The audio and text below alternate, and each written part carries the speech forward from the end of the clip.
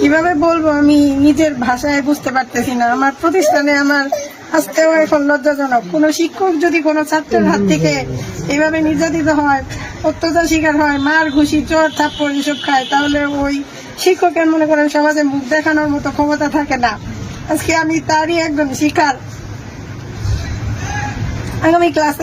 আগামীকালকে একটা এমন ঘটনা ঘটছিল, এই যে গতকালকে সেই ছেলেটা আমার কাছে পড়তো, আরো 3 জন আমার সাথে একসাথে পড়তো। তারা কিছুদিন আমার কাছে পড়ছে, পরে হঠাৎ করে প্রাইভেটে যায় না, তাদের বেসে একজন সাথে যাইতো। সে হঠাৎ করে বৃষ্টির দিন একদিন আমার কাছে গেছে, যে বলতেছে ম্যাডাম প্রাইভেট পড়বো, আসছি আমি। পরে আমি বললাম যে আর বাকি 2 জন আছে, ওই বাকি 2 জন কোথায়, ওই 2 জনকে নিয়ে আসো। ওই বাকি 2 জন ছাড়া তো এইভাবে পড়ানো যায় না, অনেক কষ্ট হয়ে যায় একা একা পড়াইতে। তো ছেলে বললো স্যার ম্যাডাম মেহেদি আসে না তো, দপ্তরির ছেলে, ম্যাডাম আপনি একটু তারে ফোন দেন, ফোন দিয়ে আপনি একটু জিজ্ঞেস করেন যে কেন আসে না।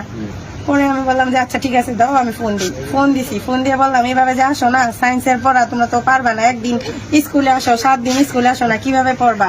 যদি পরীক্ষায় ফেল করো তাহলে কিন্তু আমি পাশ করাই দিতে পারবো না। তোমার আব্বা 1000 রিকোয়েস্ট করেও যদি যে আমার ছেলেটারে পাশ করাই দিন, আমি কিন্তু তোমার পাশ করাই দিব না।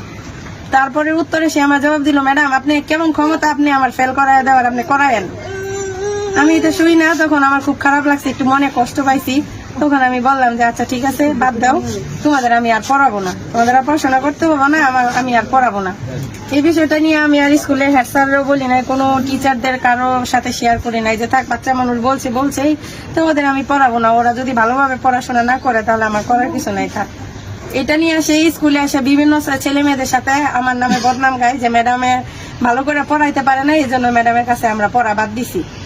তো এই যাদের কাছে বলছে সেই ছেলেমেয়েরা আমার মাঠে আইসা অনেকগুলো আমার বলছে, তখন আমার খারাপ লাগছে। তখন আমি ছেলেটারে ডাক দিয়া যে মেহেদি শোনো, তুমি আমাকে এইসব কথা বলো কেন? একটা ম্যাডামের কাছে তোমার পড়তে নাই ভালো লাগতে পারে, পড়বা না, ভালো কথা, পড়াশোনা করবা না, তাই বলে তুমি ম্যাডামের নামে এইসব বাজে বাজে কথা বদনাম করবা, এগুলো তো ঠিক না।